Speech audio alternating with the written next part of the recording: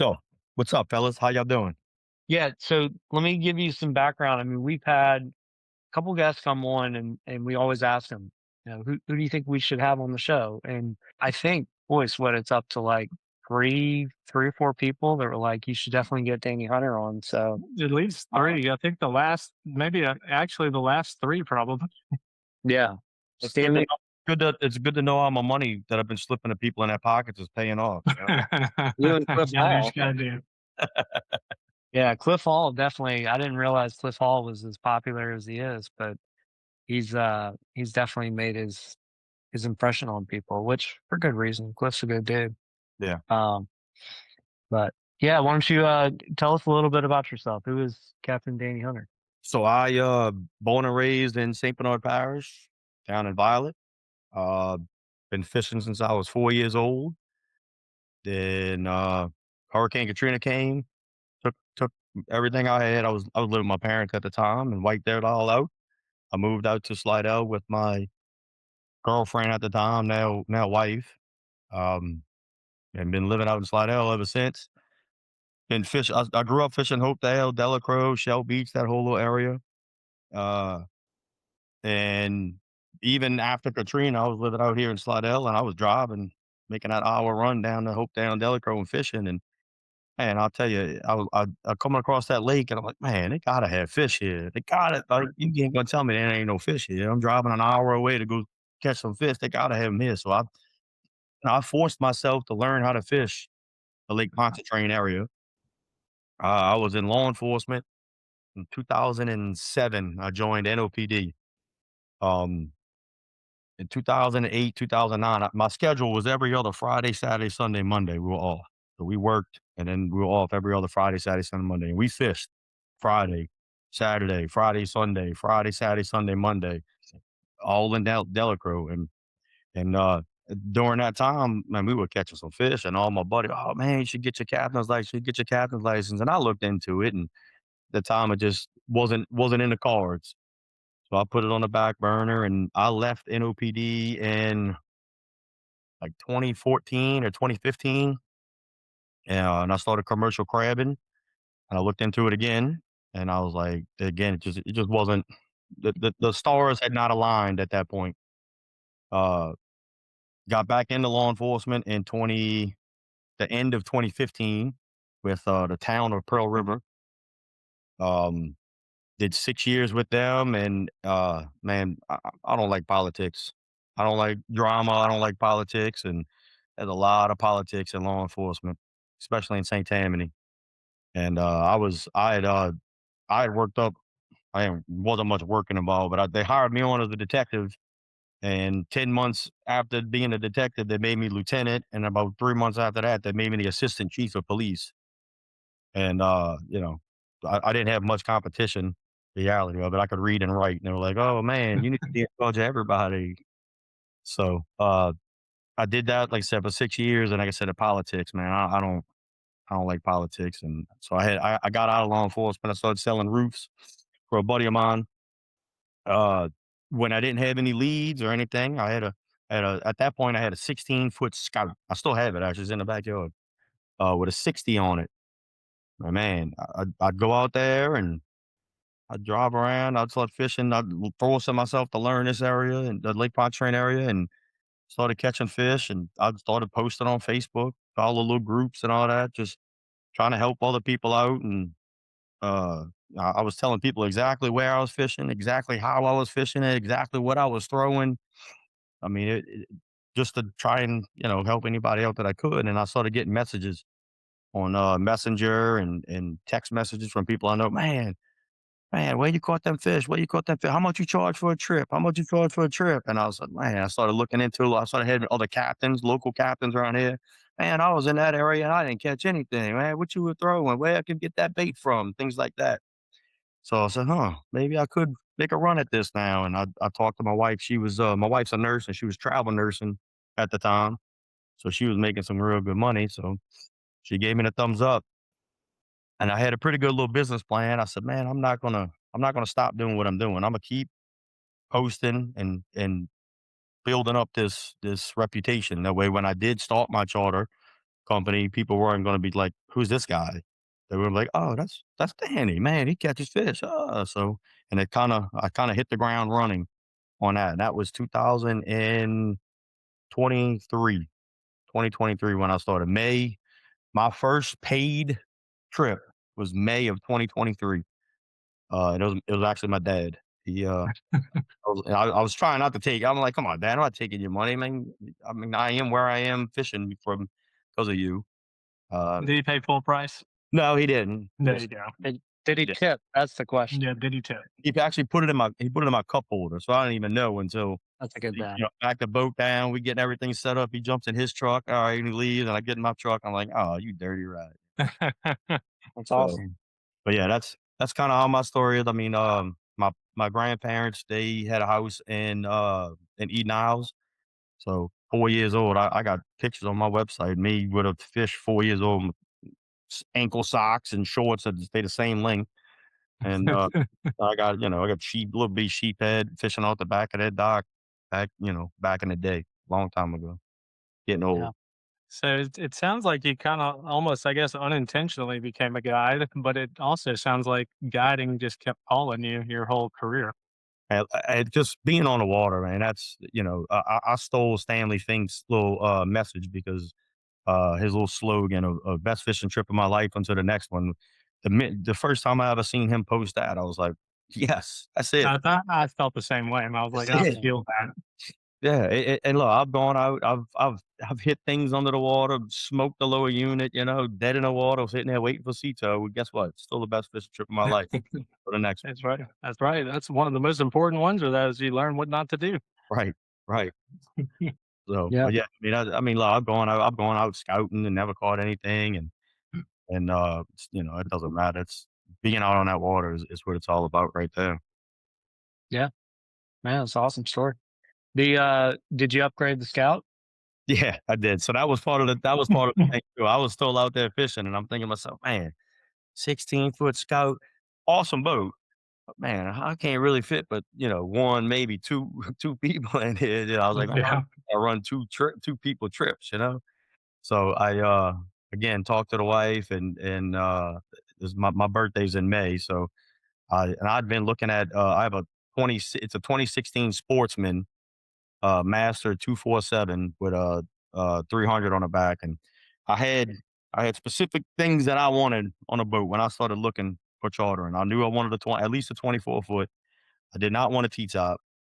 Uh, I wanted a 300 on the back, and I wanted the bench in the middle. I knew I wanted a trolling motor. I'm a tech guy, so I had to have electronics and all of that. Uh, Stanley gave us a rundown of that.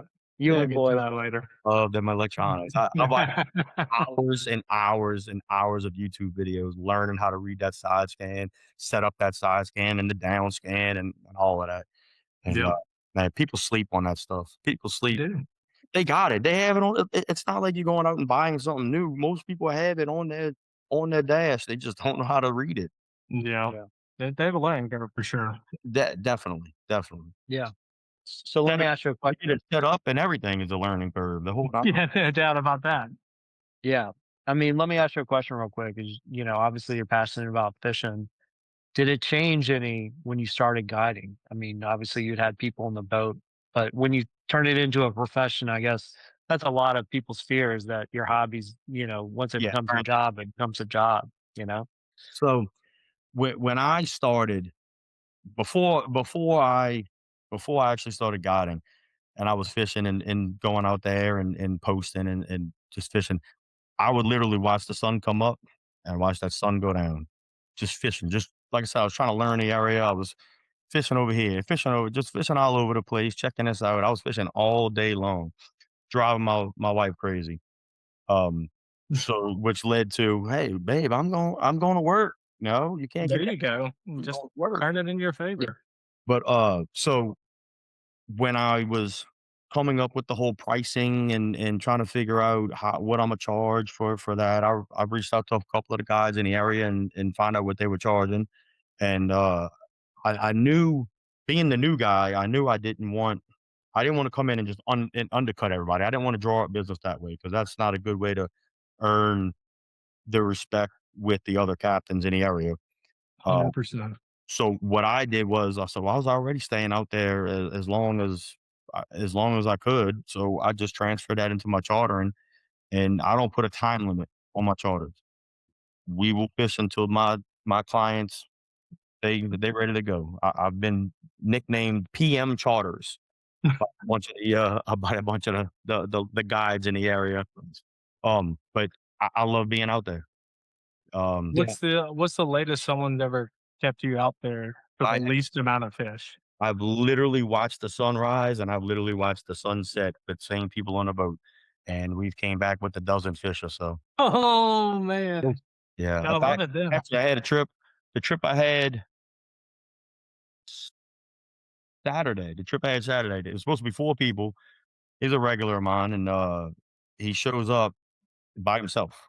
It's supposed to be 4, so I had 200 live shrimp, and he shows up by he comes from Gonzales. I'm like, "Dude, you drove all the way from Gonzales. You coulda texted me, 'Hey, man, the other 3 guys backed out on me. Uh, you don't need to get as much bait.'" No, no, so we had 200 live shrimp, me and him. We ended the day we had we had 7 speckled trout, we had 4 flounder, we had 5 sheephead, a redfish, and a blue cat. Yeah. How many shrimp are left? They had about a Well, dozen dead it ones was left. 19 fish, 200. So Yeah. yeah, We had a lot. We had a couple throwback fish, but that's what we kept. When he wasn't looking, I was throwing a couple of the shrimp Oh, back. yeah. Absolutely. I've been there, done that. Gotta let him go, man. You gotta let him go. But yeah, yeah, we fished till we left at 6:30 and we fished till 4:30 by the time when he finally said, "Hey, I'm ready, Cap. Let's go." I'm like, all right. So nice. and look, I'm up there right next to him the whole time. He's fishing, I'm fishing until he says we're ready to go. Let's go. Yeah. So to that point, what would you say your favorite part of guiding is? Watching other people catch fish, believe it or not. Like, Yeah. Daniel Kelly and I have talked about this all the time because he's kinda asked me a lot of questions about guiding, and I've straight up told him, I said, "Dude, man, if you" uh, he's a great fisherman. Daniel Kelly's an unbelievable Yeah. fisherman. I think he's like a generational talent. Yeah, unbelievable. But I told him, I said, "Man, you can be the best fisherman in the world. You got people on the boat that can't fish. You're not gonna get anything done. You're gonna have to break it down for these people and explain to them. You're gonna have to share what you know and teach them how to do what you do in a few hours, Yeah. or you ain't gonna get it done." So I said, and sometimes you better just be happy when they catch fish. That's what you better learn to be happy when they catch fish. If you Mhm. don't, then you're in it for the wrong reasons right there. You gotta have a lot of patience, I guess, huh? Absolutely. Patience. I mean, Yeah. I coming from law enforcement, I did not have patience. I'm honest can be. I was a short fuse. I mean, the littlest things drove me crazy with on the street. And I'm a whole different person now with when it comes to being out on that water, just because of patience. I had to learn how to be more patient. Just when I thought I had enough patience, I had to get some more patience. Because I mean, there's times, "Hey guys, you got to do this. This is how they biting. Do this." And especially the old guys, them old heads, they, Mhm. they've been fishing for 50, 60 years. That's how they fish. Yeah. They know more than this 41 Yeah. year old guy Mhm. who's a guide. And they're paying to take Right, they're pictures. paying, yeah, like, "You pay me to do this, why don't you listen to me?" And but yeah, they tend to be the hardest ones because 'cause I'm like, "Hey guys, look, this is what's happening." I'll stick one, put them in a boat. "See? This is what you gotta do." And they just sometimes they listen, most of the time they don't. They stuck in their old ways. I get it. Dude. Hey, Yeah. as long as they're having fun, I guess. Shit, and that's at the end of the day, it's like, hey, as long as they had a good time, that's all that matters to me. And Yeah. that's kinda where you know, I've focused more of yeah, catching is great. Obviously, everybody wants to catch fish. That's my number one goal. I'm obsessed with getting other people to catch fish. But at the end of the day, sometimes, hey, it's fishing and they don't always cooperate. So I've had to turn into, we're entertainers. That's how I look at it. Guys, entertainers. Because if the fish ain't biting, guess what? You better look. Yeah. They'll go. I got a list of jokes. I had a terrible memory, but I got a bunch of jokes saved in my phone just in case, the fish don't You want pre-save the jokes? Not a boy. Yeah, it sounds to like start something reading I'd like do. a fool. You got to do something, What's man. one of your God jokes? So No, I know next time I hear it. yeah, I want Back to. at work? Do you ever like tell them it's your first day or anything like right when they get on My the boat? second. I go by second. It's always my second day. Usually have to do something really cool. I'm like, not too bad for my second day, huh? Yeah. Into the slip. You ever hit him with the Stanley Fink, catfish, the cat meow when you know it's a Oh, catfish coming in? yeah. No, what is that one? What is that one? Sometimes Stanley's been fishing long enough. He knows, like, if it's pulling a certain way, he'll start meowing and, Mm. not 99% of the times it's a catfish. So if I see, kind of those telltale catfish pulls, I'm like, I'll do the same thing. Absolutely. But Yeah, I've done yeah, that. I've done that. exactly. I like Um, that's when I got kids on a boat. If I feel I'm getting a bite, I'll start with the little Bert and Ernie, the "Here, fishy, fishy, fishy, fishy, That's a here, good one. That's fishy, a good fishy," one. and then when I get that bite and I set the hook, "Oh, look, he heard me," and I reel him in. And the next cast that they make, the little kids are, "Here, fishy, fishy." I do that with adults on the boat. Yeah, that's right. Kinda kinda catchy. yeah. So have you had any celebrities on the boat? Anybody that we would know of, outside the fishing world? No, No. not that I know of. Like I said, I got a terrible memory, so I get people on a boat. I've had people come on the boat and they're regulars, they come once a year, so that makes them a regular. "Hey, yeah, remember last time? Da, da, da. Man, I ran 200 trips last year. You lucky I remember last week, you Yeah. know?" Yeah, that'd be tough to remember everybody. Yeah, I 200 literally trips. as I'm idling out the canal, I gotta write down everybody's name in my phone 'cause I'll 2 hours like, "Hey, guy, hey, Take a good picture of job." them, each show like the back of their head. Yeah, exactly. Hat, green shirt. And in the wintertime, 'cause then they'll take the jacket off. I'm like, "Oh, man, what Oh, man, now do you we do?" now you're You know? screwed. So, like, in terms of planning, like, do you still sit down and plan, or you generally have an idea where you wanna go? Or, 200 days on the water a year, I mean, obviously, you pretty much know where they're at, huh? Yeah, right. Yeah, until you get there and they're not there. Then you Which gotta change plans. which is all the time. I've one of the things that I've talked about in the seminars that I've done is the pattern that I've picked up on with the trout in the Lake Pontchartrain basin. Um, they come into the lake and springtime, they're already in the lake. Springtime, they go to those bridges. They leave the bridges as the summertime comes. They go out to Chandeliers, go out to the oyster reefs out in Biloxi Marsh. They go do their spawn thing, and then they come on back. And they come back in there. Usually the fall time, they'll show back up at the bridges after we get 3 good cold fronts. They don't always do that, but they go back into that lake and they like that west corner over that way. And then as the winter time comes, they start kind of moving to that deeper water, Mr. Go, Bow Brothers, ICW, those little areas. And then springtime, they go back to the bridge and you get that big circle.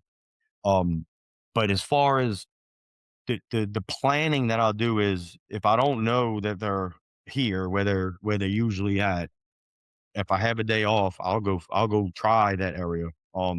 The Pearl River, for example, I like that area in like October, November, December-ish sometimes.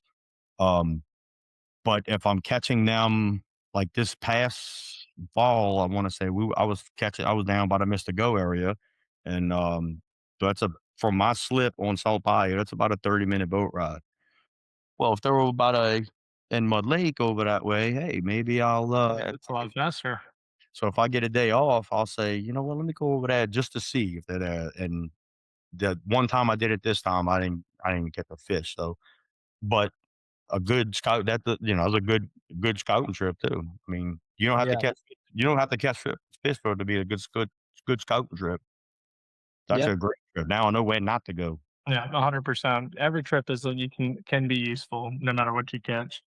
Yeah, and you talk about patterns. I mean, with kind of the trout migration. I mean, we talked about this before in a couple of pods, but do you feel like this year is a little different than years prior? And So in 2023, the fall of 2023, the trout never showed up on the bridges, on the trestles or anything like that. But they were in the ICW. They were about a miss to go. They were in Lake Bourne. They were all in those areas. So they were good. We were still catching fish. 2024, they showed up on them bridges in October-ish or so, and man, Yeah, so they didn't leave for a while. they were awesome. yeah, Yeah, they were there, and it was awesome because that's a 10-minute boat ride. Now, I don't like fishing in bridges, being honest. yeah, There's too much Is food that just because of clients or just because of the atmosphere over there. I mean, you got uh y- y- that and the fish. The fish are very funny over there. I mean, they're tough? Yeah, you gotta be skilled to get them. right, and it's not like you go to the third fire break north of the draw on the trestles on the west side on a Monday, and you done by 7 a.m. Uh, you go there on Tuesday, same conditions, and you don't get a bite. But if you go on the east side, boom, you're done by 7 a.m. And then you go there on Wednesday, and they're 30 or 40 yards off the bridge now. They're It's always where you're not. Now that's what I've noticed. you ever sit on a bridge and look over to your right and about 20 yards, and you're watching that other boat just wearing them out, and you Yeah, can't. yeah. It's usually Stanley. That's yeah, usually all. Right. yeah. He's just going boo. Or the trollers, you sitting there Oh throwing fish. yeah, yeah. Yeah, use the troller. So, Oh, like with that style of fishing at the bridges, you get on the trolling motor and you work your way down the bridges. I mean, is that like something your clients just wouldn't? That's not enjoyable to them. I, I have not had, I haven't had a client that has told me that they want to do that yet. Yeah, I've talked to other captains that have done that with clients before, and it didn't go well. I can imagine. It's not nothing but Yeah. snags. Right, snags, and, I mean, you're not no not trying to talk bad about them trollers, but, man, they catch some fish and Yeah, some really nice fish, but you're not really fishing, you're I'm just with it. I'm with it, dude. dragging it behind the boat. But like I said, look, Stanley put some fish in the boat, man. Him Well, and, he's got a technique to it that we learned about. And so that he's yeah, like, if anyone's skilled at it, it's him. right, But most people are just launch that thing out there and start driving. yeah. What was I don't like the before I was guiding, I was jigging a lot. Um, since I started guiding, what I've come to the realization of is so if my client, most clients can't jig. They can't work a bait caster, and they're more or less casting it out there, and sometimes they get it where it needs to be, and they just feeling for the bite.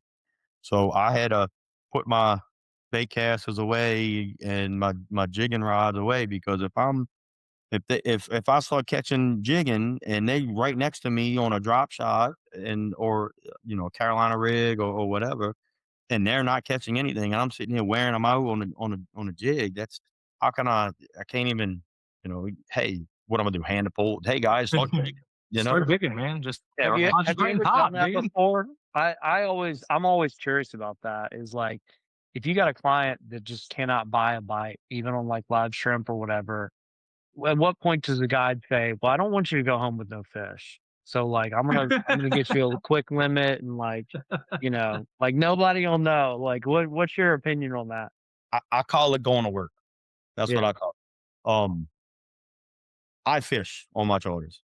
yeah, Good for Some you. guys don't. I have this mindset of I should be one of, if not the best fisherman on that boat.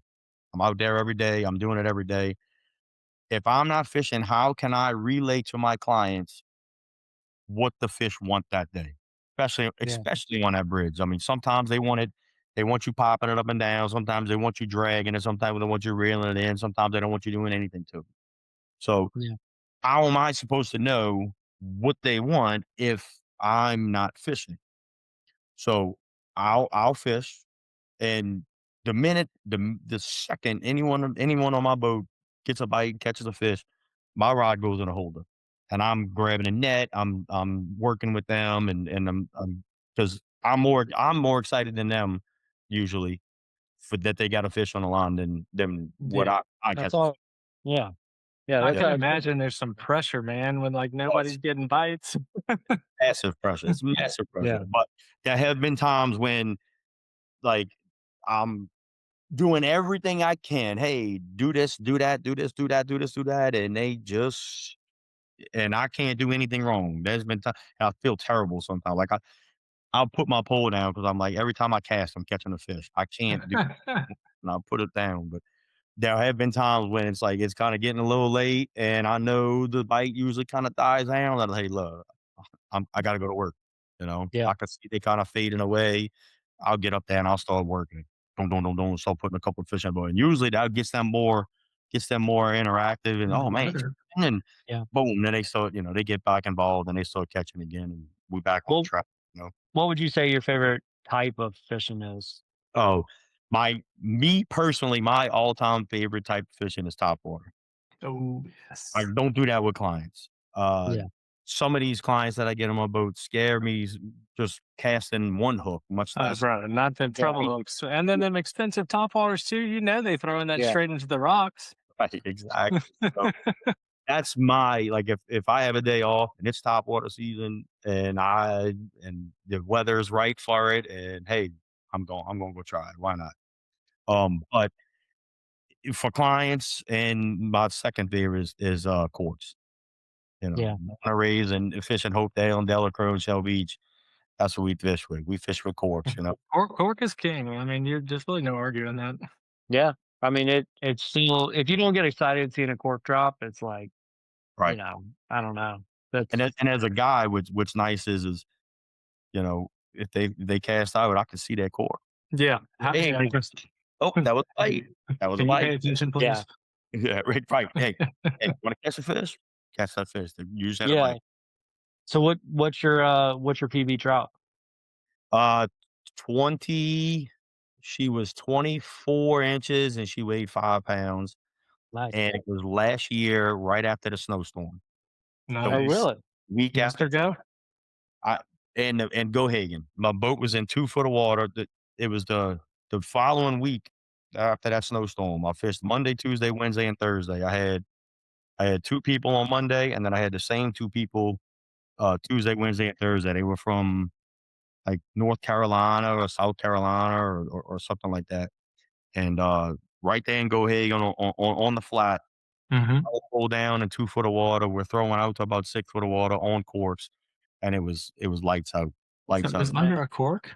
It was under court, and Damn, look, man. I That's felt it. terrible. I felt terrible. It was my PB trout, and I felt terrible because, I mean, they were catching fish, but Yeah. they weren't ca I mean, they would catch some nice fish too, and I Did just they understand, like, the magnitude of what you just did? Because you could totally be like, "Ah, this was shit. Just throw it yeah, back real quick." they took a picture for me. They took a picture, Oh, nice. and Nice. they keep every fish that I don't take any fish. Oh, I got a Did you fish. flip them? Yeah. Yeah, Yeah, yeah, that's yeah. what they got. Thanks, man. It's a good picture. Thanks, man. "Alright, caught my PB. Here's a refund." Yeah. So, Yeah. they and it was funny because the guy one of the guy there was, one of the guys, he was foreign. I don't know where exactly he was from, but he didn't want me to clean the fish. He wanted Oh, to, yeah. so he Yeah. got this big 24 inch trout. We know all about that. One of our friends is, I was right. I was like, "Is he gonna Keep say?" some holes. He likes 'em. yeah. I can't do Yeah. it. My wife's Hispanic, so the family, whenever my mother-in-law said, "Oh, bring me some fish," and I'm like, "I fillet them, I red fish, I'll leave on the scales for her," and she gets mad at me. "No, no, no, Really? whole fish." So Yeah. I didn't know the Hispanic culture wanted the whole thing too. They eat everything. What are we doing then? That's what everyone Well, does but that was us. Hey, the whole. we doing good. We doing alright. Don't sweat. We doing If you ever Parts Unknown, I mean, that was the whole thing with Anthony Bourdain was he was saying it's only in the US that we like turn our nose up at all the what he called the tasty bits are, because people eat. I mean, I know guys in Florida that they'll cook the mullet, they'll fillet the mullet, and then they'll fry the mullet like a potato chip, and like they'll eat the whole like the fins and everything like a potato chip. And I knocked it until I tried it, and it's great. It's just more of a cultural thing than anything. I don't think it's I think if we grew up doing that, we'd be doing the same thing probably. I grew up with, perch, you chop the head off, you scale 'em, you chop the head off, you Yeah. fry the whole thing, and Yeah. The bones. I don't like all them bones. No, I'm with no. you. Yeah, I mean, I grew up eating the bones. You gotta get your bunny bread with it, you know? I don't like it. I mean, I did it when I was younger because I didn't. It was like, hey, this is what we got to eat, so Yeah. do it. But it's not really. Give me, give me that fillet, that trout dipped in that egg and that mustard with that Zatarain's lemon pepper fried up at 350 all day long, man. That's me. Yeah. Yeah, that's tough to beat too. That's kinda like the popping cork of eating. It's Yeah. just everyone's gonna like it. What, Man. what would you say your favorite, area to fish is? Biloxi Marsh. Yeah. Some of I wanted to ask you about the Biloxi Marsh, so I'm glad you brought that up. I'm Why is it your favorite? man, just first off, there's on a good day when conditions are great out there and the bite is on, if I see 10 boats, that's a bunch. Really? It's a far drive, so not too many people make that run out that way. And so are you running more to, like, the East Biloxi Marsh? Like fishing smack area. I'm Okay, straight through it, coming out on the other side of it. okay, It's so, Yeah. yeah, not that far east. from my slip to there is about an hour and 10, running about 35, 40 ish or so.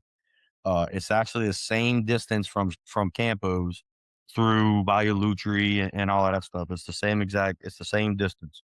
Where do you run? You run through Bayou Biloxi? Yeah, I run through 3 Mile. I come Oh, out Great okay. Neck, shoot straight across, and go right in through 3 Mile that way and just keep on going.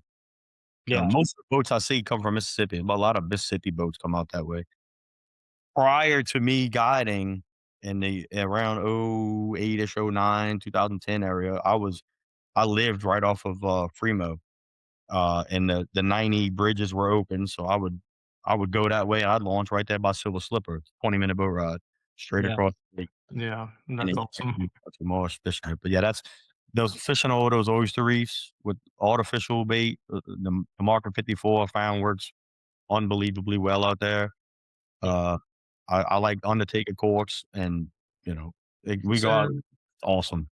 do you ever fish, like, more inside the Biloxi Marsh, like Lakes of Bayou Marin, Poodle Lake, all those areas, or you If I'm don't do doing red fishing, I'll kinda peruse that little area, but I don't know it, and yeah, well, it's because they're like, back, I would say, I don't know, probably 20 years ago, like, in the fall, those were just, like, money. You go to Biloxi Marsh and just smoke trout, and now it seems like the only place you can find trout is outside where you're obviously finding them. But, I mean, how does it I don't know why that is. Maybe you could shed some light on that. you know who would know more about that? Mike Gallo. Captain Mike Gallo knows Yeah, we need to get him on. he knows the Biloxi Marsh inside, outside, left, right, up, down, middle, and he is a plethora of knowledge when it comes to the Biloxi Marsh. He's forgotten more about the Biloxi Marsh than what I know. Trust me. Yeah. Like I said, that the Biloxi Marsh scares me because I've ended up having to run from a storm one time. They got a They do, man. fire. You know what a fireman's camp is? Oh, I don't know. Where is it at? There's a camp.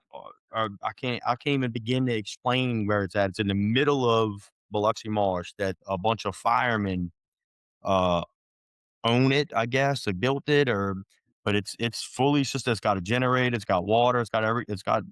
They go out there and they stay weekends out there.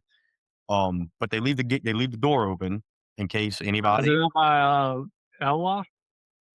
It's more like it's actually closer to Lake Bourne area. Oh, okay. Well, Like, yeah. yeah, Then I have no idea. yeah. Let's see. Oh, here we go. Here we go. So go a little bit lower. Yeah, see where Milo is? Go right there by Milo. It's in the middle. Go in more, like scoot to your right, or it'll be my right. I don't know if that'd be yeah that way. And zoom out a little bit. Keep going in some more.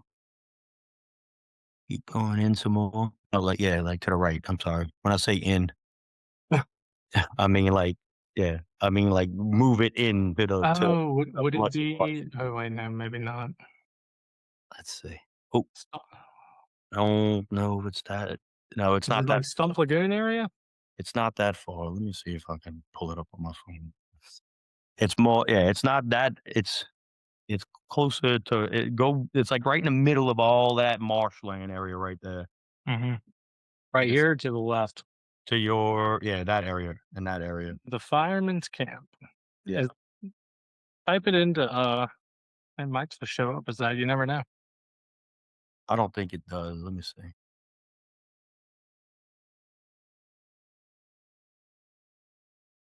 Negative. It is hold on. Biloxi Marsh Lane Court. And It's now you can catch uh, some good fish over it's there. it is north of Stump Lagoon. Yeah. Um, see where Bob's Bayou is? I know what you're talking about. To your up to your It's right. it's south of Bob's Bayou. Zoom in right where your cursor is. You see where Goose And Flat? go down. Should be right around here. Find Goose Flat. Okay, never mind, go back north. Or yeah, go There's north. Stump Lagoon. Yeah, go north. Go Left. yeah, go left. Right? You zoom in a little bit. West. These are official captain directions. I'm terrible about it, I promise you. All Danny Hunter, New Orleans best charters. Go down a little bit more. You're going the wrong way. You went go more to your right. Ugh. I give you the coordinates. You want the coordinates? That's gotta be it, right? Is that it? No, that's No, not. That's wrong. hopefully, Where's that? hopefully not. Hold on a second. Where's I that at? think is it in Muscle Bay? Not Cut Muscle off Bay. Lagoon. Oh, I know where it in is. Goose Flat. Hey, then come down to your right, Say Grand Lagoon. It's gonna be like right up around. Is it in Muscle Bay? There's a little rig or something there. no, that's not it either. That's in Muscle Bay. Mhm. Where is Muscle Bay? Oh, here's another one in Muscle Bay. What is Another that? one. Hey, mark them rigs, man, because they probably not. Oh, dude, no, they shallow, like 2 feet. Oh, Yeah. I think it's more north of Muscle. You see Peach Lagoon anywhere? Yeah, north. Keep go up that bayou. So Peace Lagoon's right up there. You passed it up. Oh, right there. Go to your right. Go to your right a little bit. Oh, that's it right. Okay. There Right it is. We found it. there. Boom. CIA. Take Yeah. Steeler. So yeah, so that they leave that thing open in case you have to go hide from a storm or anything up in there, and bunch of like I said, a bunch of firemen own it. Nice. So you got stranded out there in a storm. Yeah. And so did you got up in there though? Hmm. Okay. Well, see, that was not, that ain't too bad. No, I mean, it sucks, but at least you had Yeah. that. I was fishing in Lake Bourne, and I had never been there. I just knew it was there, and I looked at the little canal system, and I was like, oh well, hopefully this all is pretty deep, and started Been going there. through. Been there. Got to do it. So, but yeah, Yeah. that's about it. That's about all I know about the Biloxi Marsh, that area. Yeah. I'll stroll on a Lake Bourne a little bit, but like I said, that the getting stuck is like one of my biggest fears of in a boat Yeah. with clients. I've done it. It's not fun. I've been stuck in the Biloxi Marsh and Magnolia Lagoon before. I have a 17-foot aluminum bass boat, so I mean it gets skinny and it's easy to push pull out of there. But dude, I was stuck way back there, and I had to push pull out of the whole thing. And I mean, I wanted to just go home when I finally got out of there. I was so tired. Yeah, I think I, I got stuck around here one day with my skiff. I gotta look it up for I was sure. running. I was running Redfish Bayou, which is up north area, and on my GPS, it showed that it went through and came out on a like in Bayou in like Bay Boudreaux or something like that, and I was like, "Oh, okay, cool, we good." And I end up in this canal, and I'm like, come around this corner, and I see a little patch of grass in the middle of the water. I'm like, "Oh, that's not good." I come around the next corner, that patch is a little bit bigger. There's another patch a little bit bigger. Come around another little island. I'm like, "Oh no." Come around another one, and then there's a wall of grass. I'm like, "Well, the map's wrong." Yep, Dead stop, and I was stuck for 30, 45 minutes. I got out the boat, was pushing it, and, it was a mess. that ain't no fun, man. We've been there. No. Yeah. I actually, the motor kept overheating on me, uh, and, so I took off the little cap on the end where you flush the motor at, and I was Mhm. Mhm. taking bottles of water, I was putting it in my mouth, and I was blowing. Dang. and as I was blowing, the water was going through the tube, and steam was coming out of the exhaust and every time. That's how hot the motor was. Jeez. We got, not too long ago, I don't know, it was maybe November, we got stuck, me, Nathan, and our other buddy got stuck in the Mississippi River down in Venice, just cruising through the river, and then all of a sudden, just hit bottom, and we were just, like, Perfect. stopped in our tracks, man, and we Yeah. all get out, and Nathan gets us out first, and we try to get on. I mean, man, when you get stuck in that sand, like, you are Yeah, stuck, none. Yeah. Yeah. and finally, as soon as the biggest guy in the boat got out, me, we, started floating, so Yeah. We were right around. At least you started floating when you got out. yeah, no, but yeah, I mean, just like that, that's like the one place you don't wanna get stuck, In and the we Mississippi did it, but it River. was, I mean, I thought that was easier to get out of than where I was in Magnolia Lagoon that day. I'll take sand all day because you can actually walk and Yeah, at least you can walk, but man, if you, you just if you get dug in there, whew, get that Yeah. mark. You that's no good. It was hard sand too. I want to say it was. it's like red like in Florida, Yeah. just Yeah. chilling. But I just love that Boyce he was in the boat. The captain, I was running the motor, trimming up, hitting that yeah, throttle. the captain had stripped down to his boxers. Yeah, And totally unnecessary. I like turn around. I'm like, "What are you doing, Ty? Like, like roll your pants up." He's like, "I don't like wet pants." I'm like, "Well, I'm in here. It's not a big deal." He's like, "I don't like wet pants." I'm like, "All right, good, whatever." You ever fish in this area? Any fish? Did What's y'all that? did y'all catch any fish? Oh, dude, we Oh, had just got done waxing a Perfect. 5-man trout limit, Yeah, and so we were going down to catch snapper after that. So we were riding high. yeah. we were definitely on that. I've been to Venice twice in my life, and Yeah, it was, 2024. The first day we went down there, man, it was unbelievable. You know, We had like a 4 or 5 man, I can't even remember, all big old trout by like 7 o'clock, yes, and yeah. then we went and, caught a 4-man limit of red snapper, and then we went over this way, and we ended up catching like a 4-man limit of redfish with probably 30 or 40 sheep's head. It was like, "Wow, this is what." yeah, it's Had it's me incredible, man. Yeah, had me Yeah. contemplating running charter, like, maybe I could come down here, and then Why not? Well, you're not from Florida, so you can't run charters there. Yeah. we packed the bottom. We didn't catch a single trout. We caught a bunch of red snapper, and then we spent the rest of the day trying to catch, a triple tail and we caught 1, and I don't even think it was a keeper, if I remember correctly. My son ended up catching Not a keeper triple tail in that Venice? That's Venice, wild. right? Yeah, Out of all the other stuff you catch, the thing that you usually catch that's frickin' yeah. is the throwback. That's funny. So, but yeah, What that yeah. it was one of What's them your trip to never forget, you know? what's your opinion of, I mean, as far as Venice, do you think you need a guide down there? Do you think it's something that people should Yeah, try on their I own, or my opinion on Venice for me to guide down there, it's too far. Yeah. It's 2 hours from my house to Venice, just one way. So that's 2 hours, and then I got a charter, and then I'm 2 hours before I even get home. That's long days, and I don't like driving a lot. Yeah. I Well, don't like traffic, and there's a lot of traffic. yeah, yeah, there it is. Well, on that end, do you ever, since I mean you grew up fishing Delacroix, do you ever trailer down there and charter out of there? I have, when I first started, before I had my boat in the slip, I was trailering, "Hey, if you wanna fish down there, we'll go down there. You wanna fish out here, we'll fish out here." That's Um, kind of a pretty sick, like, guide little dealio. I don't know. yeah, I would like that guide. Where you want to fish, I'll just go slay 'em wherever you want. that when I started, that was my mentality. I'm like, "Man, we go wherever you want," and then I started learning this area more and more and more, and started having better catches in Lake Pontchartrain area than I have a bunch of friends that guide down there, and we had a group chat, about 5 or 6 guides in it, and man, I was we, 3 of us went out, 2 of them down there, me out here. They'd post their catch, and I'd post mine, and it was made theirs look like nothing. Yeah, Pontchartrain's been really good lately. So I was like, once that started happening, I was like, man, why I want to go drive an hour, putting all that wear and tear on a trailer and all of that, and go down there when I live 15, 20 minutes from my boat. I can be in the Yeah, water 20 minutes, and that that especially is nice. you know?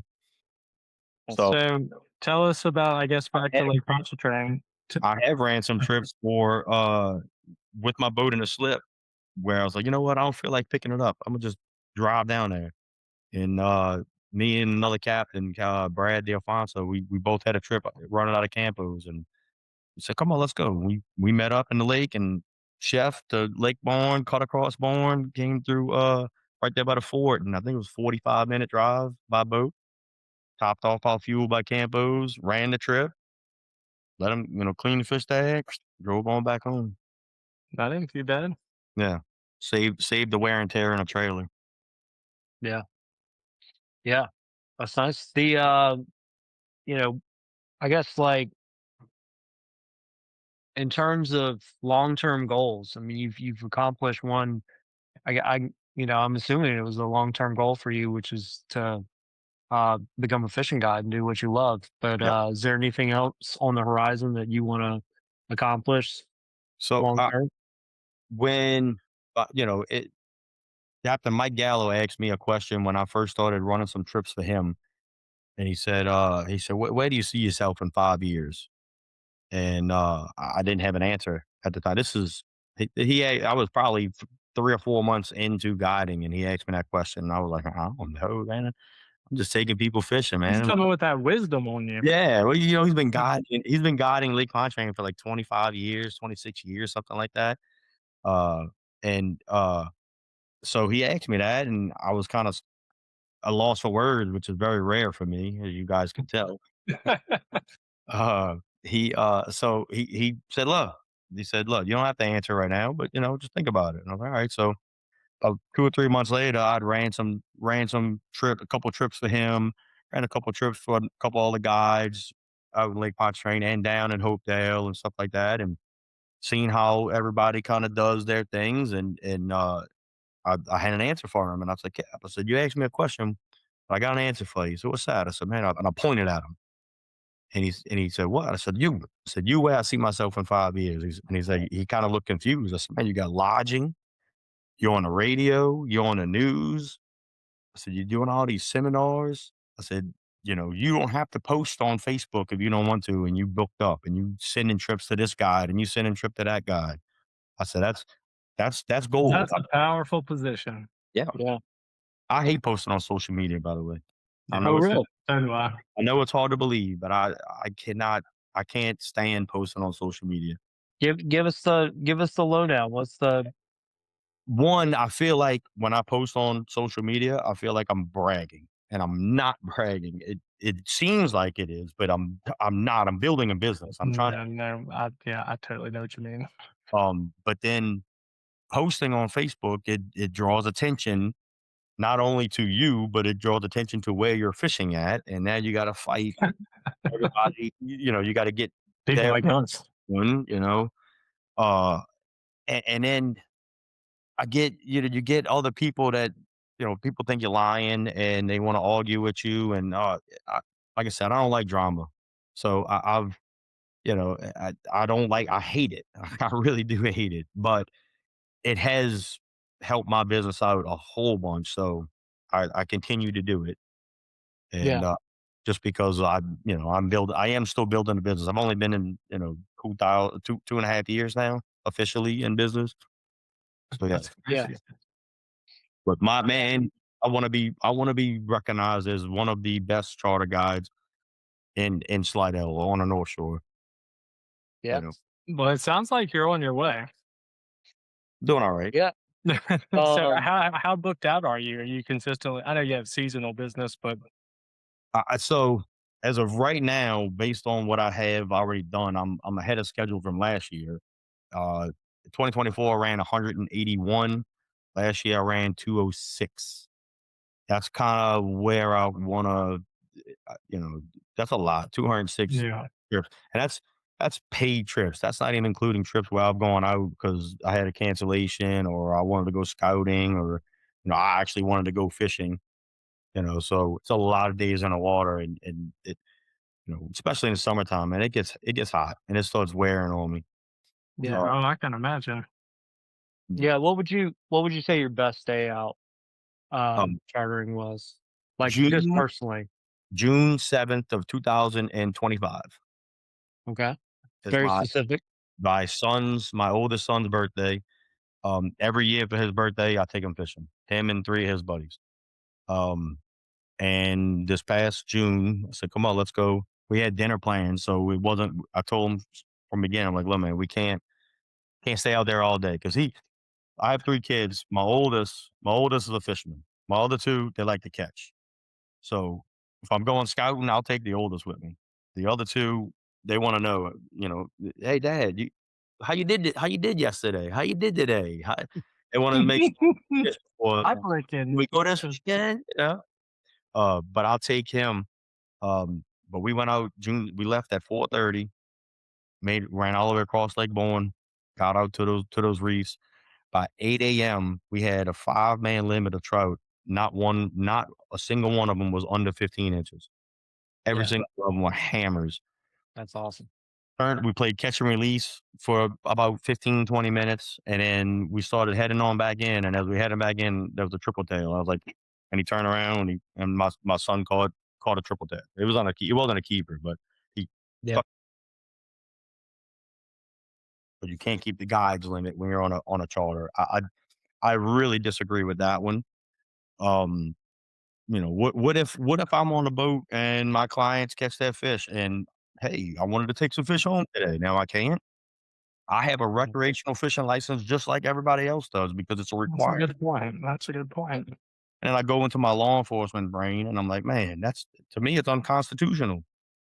I have a recreational fishing license, but because I'm a guide, now my recreational fishing license is invalid and I can't keep a limit of trout or a limit of redfish, but I can keep flounder, I keep drum, I can keep all these other things, but I can't keep trout. So that's just my high horse. Yeah. It's probably if it was to get challenged in a court, it probably would get turned down. It probably would get shut down, but nobody's gonna. It's Yeah, I don't think it would take you that far. yeah. Well, do you think the limits have helped the trout population? And no, yes, I don't know. I don't have. It's hard for me to say because I haven't seen any kind of data. Yeah. I read their study when they put it out before they made the changes, and I was kind of didn't agree with it. There was a lot of old data in that. Probably just hadn't been enough time yet. So, I can tell you, I caught this this year alone, December and January, I caught a 2 tagged fish, 2 tagged trout that were tagged at Cat Island. And it proved to me, everybody says they grow an inch a month. These 2 trout, one was tagged, it was 13 inches, and when I caught it, she was 15 and a quarter. The other one was tagged, she was 15 inches, and when I caught it, she was 19 and a quarter.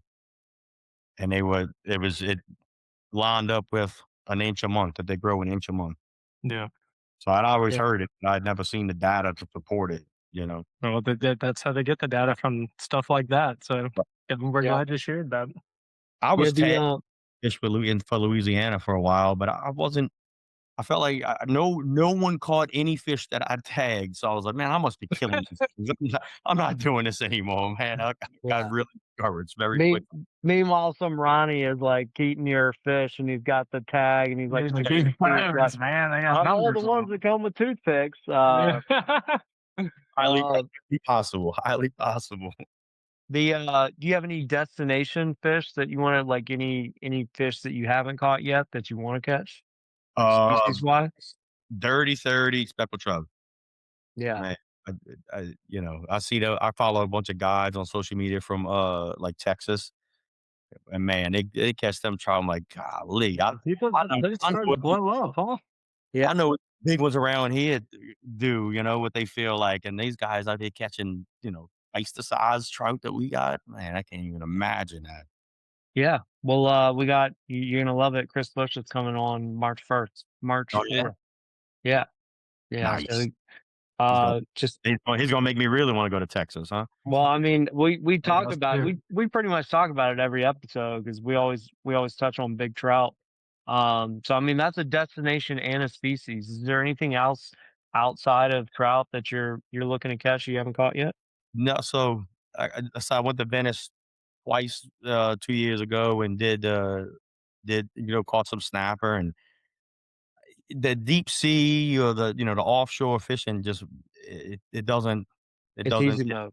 me. Yeah, I one Yeah, of my best friends has a 32 footer or 34. I don't know. He's got a bigger boat with the dual 300s on it, and he likes to go. Him and I yeah, grew up fishing trout and inshore fishing, and he don't even mess with it no more. He goes offshore. He likes to go catch those things, and I'm like, that's my brother. Yeah, it doesn't it doesn't excite me, yeah. No, doesn't excite me. Like I'm with you. You gotta Me have a all little more for skill sure. and strategy inshore. put me on in a school of trout, whether they big or small, just every cast. As soon as that cork hit, boom, as soon as it that's all day. I love that stuff, man. Yeah, I don't like yeah. big. I don't like the redfish and all of that. The Jack Crevalles, all man. I don't know the sharks. I try and cut my line. I don't want to fight them things no more, man. Yeah. I had a Jack Crevalle break my rod, brand new St. Croix rod, this past summer, and it was all because soon as I set the hook on him, he started ripping that drag. I cranked down on the drag. I said, "Look, either you gonna give up and you're gonna let me reel in, or you're gonna break my line." Well, he showed me. I cranked down 3 or Yeah, 4 times, and won't do that again. it broke at the base, and I'm like, "Wow, you showed me, guy." Yeah. What kind of setup do you like? Like, if you're using a bait caster, you like a medium heavy, medium fast? Whatever. So I like that matrix rod, whatever that matrix rod is, that little The 6 Fitzgerald rod? yeah, 6'4", I think it's what it is, 6'2". It's a little bitty. Um, and I like, the lose bait caster reel, but I don't really use them too much now. It's like 'cause Yeah. if I start throwing that and I start catching fish, my clients are gonna be like, "Hey, man, where's Yeah. mine at?" And I'm like, "Yo, you don't know." Not today. Yeah. Do you use that, the matrix with the top water? Like, if you're fishing by yourself? If I'm fishing by myself, if I'm going jigging or if I'm going throw hard baits or top water, yeah, I'll grab my mate. I got 3 of them, so I Nice. bought one. I was like, "Man, this thing's really nice." And then I bought, another guide was selling 2 of them, and he asked me if I wanted to buy them, so I bought them cheap. I got one for my son, I got another one, and my son don't like it, so now I got 3 of them. Nice. Yeah. Um, what would you say you're most passionate about in Louisiana? Fishing. Fishing? Yeah. Good answer. Yeah. It's I For a second guess you said that. this past, seminar we did, man, the other some of the other guides were kinda talking with me, and they were like I could tell that they were nervous. Yeah. Uh, and I don't know what made them nervous. They don't like public speaking or they didn't know what they were gonna talk about but, one of 'em, "Man, you know what? You alright? You ready? You ready? You ready? You know what you're gonna talk about?" Like, "Yeah, man. I'm talking about fishing." Like, Yeah, that's my stuff. yeah. At first, I don't mind public speaking. I've been talking in front of people for a very, very long time with, having to testify in the courthouse and stuff when I was with the police department. So, and then I was teaching the police at the police academy and the Slidell Police Academy for a while. So, speaking isn't a problem. So, and then you got me talking about something that I truly, truly love and been doing since I was 4 years old. Yeah, I'll talk about it. Yeah. I'll see this cup right here. I mean, I talk about fishing with this cup all the time, man. I don't ever talk. That's an Um, angler. That's an angler. yeah, so when you get up your, when you're lodged, you get your lodge set up and you get to where you wanna be, where do you want the lodge to be? And you got a name picked out for it yet? Yeah, New Orleans Best Charters Lodge. There you go. So it's got to be in New Orleans, right? That you would think. Yeah. I think you should throw a curveball and put it somewhere else. But New Orleans most mediocre, New Orleans mediocre lodge. How about that? Not bad. Most Mediocre. okayest Yeah, lodge Just in set New Orleans. expectations so you can blow them out the water. that's what I was kind of going to go with the name of the business too. New Orleans OK Charters or something like that. The I only think reason you why I go picked the only reason why I picked New Orleans Best Charters is because I had this mindset of, man, people are going to be Googling best charters in New Orleans, and my name's going to be the first one that pops up. That was Mhm. before I realized how to Sounds like internet. sounds like it would work. No, Yeah, it, search engine optimization right there. it don't work. I quickly It learned doesn't that work. when I built my website and they started asking me about the SEOs, the SCOS, Yeah. all these Oh, whatever. yeah, well, they hit you up for that all that money. Cool. I'll just add keywords and it's gonna pop up. No, they wanted to integrate it into the web. I'm like, man, y'all got me good, man. I could have picked a way cooler name than that, but You can Yeah, change it. I mean, just call it Danny Hunter Fishing. that's right. That's all I'm gonna yeah. do. So, but Well, I get well, yeah, dude, we really appreciate you coming on, and I think your story is aspirational. Especially a lot of guys that are looking to become guides. I think that gives them hope. And then, in terms of guests, do you have somebody you want to see or somebody you recommend? We like to ask people if you got three people that you think would be good guests. Who are those people you're thinking about? Mike Gallo for one, obviously.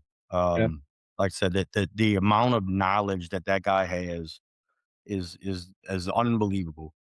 Um, Especially the old heads. I got my uncle, my parent. He found out that I was working with Gallo and had my boat at Gallo. Oh man, he was starstruck. "Oh, wow, you work over there? You call?" He's like, man. He's like, I got all these guys that would give 5 minutes to talk to him. I said, well, I have 2 3 hour long conversations with him sometimes because yeah, and it's just he's kind of taken me under his wing and shared not just fishing information, but just general broader business operations that have helped me succeed a whole bunch. yeah, Uh, just more tools in my He toolbox. seems like a really good guy. Yeah. Um, yeah, yeah, him. Uh, I have so many other people that would be great, but they don't like public speaking. They don't like sharing or Good, anything. they're probably awesome fishermen. Yeah, they're great. yeah. Just they have all kind of knowledge, but they just that's not their thing. Well, Uh, those are ironically, those are the people that we want to talk to. yeah, And I Like the think those are quiet, the yeah. yeah, but they're obviously, a lot of them are very shy, yeah, Yeah. and it's unless crazy. you catch them at the dock. And so we thought about just like, camping out at like campos or ambush them like, hey, how's it Yeah. going?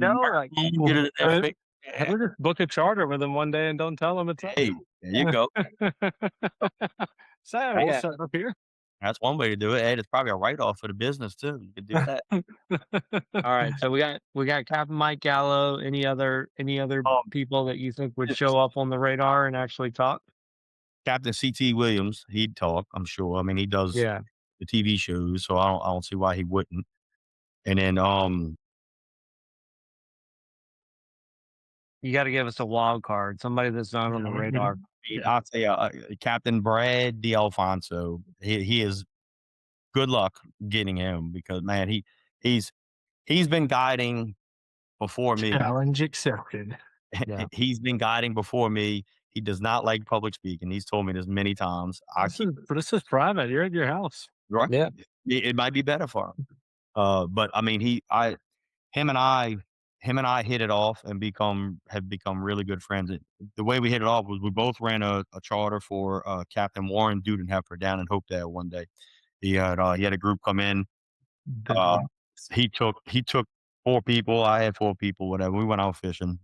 Um, Came back and I don't know. I had 50 or 60 fish, various fish, and he had like 150 or 250 white trout. And we sat down at the table and we started cleaning these fish. And then, and I finished cleaning the pile that I had, and I just reached over and I just started helping him clean his. I don't think it was 200, but he had like 100 something Yeah. white, and I started helping him clean that. And from that moment on, it was like he's like, man, I appreciate you helping me clean them fish. And then him and I, from that moment, we talk daily, multiple times a day, and we out on that wall. Like we fish all the time. If I'm going scouting and he's available, it's like, come on, man, let's go. If he's going scouting and I'm available, because he like and we like to try different little things too. We Yeah. we went through frogs one day. It was windy, both our charters canceled, and he said, "Man, you wanna go throw some top waters and some frogs?" I'm like, "Yeah, let's go." Yes, I do. I've been wanting to catch a redfish on a frog. I got all kind of top water frogs, and I didn't catch a redfish on a frog. I caught a trout. Yeah, Caught a that's trout. fun. It's a 14-inch trout, and this frog is just you can't even fit it in his mouth, but I stuck him I right love when a frog. he bought a bunch of frogs. Now he's Yeah, hooked. So, nice, dude. but yeah, he's a really, really good dude, and, he's passionate about fishing, just as much as I am, so if y'all get Yeah, him, if y'all get him, good I'll be we proud. We're telling him you recommended him, so yeah, hey. we all Imma have tell him. to He's gonna be aspire. mad at me, but Imma tell him. Yeah, please do. That would help us out a lot. Well, yeah, Cap, I appreciate you coming on. We'd love to have you come back. And yeah, I'm hoping you get to exactly where you want to be, which is like, I'm here. the lodge and everything. I'm Yeah, it's can for only get sure. better. Yeah. Well, yeah, it's you're heading that way. So we appreciate you coming on and Yes, yeah, sir. do Appreciate it it. again, man. Gentlemen, anytime. Y'all let me know when y'all wanna do it again. Yes, sir. Please. We'll do. So, All thank right. y'all. Have a good one. All right, You too. Bye. man. Bye-bye.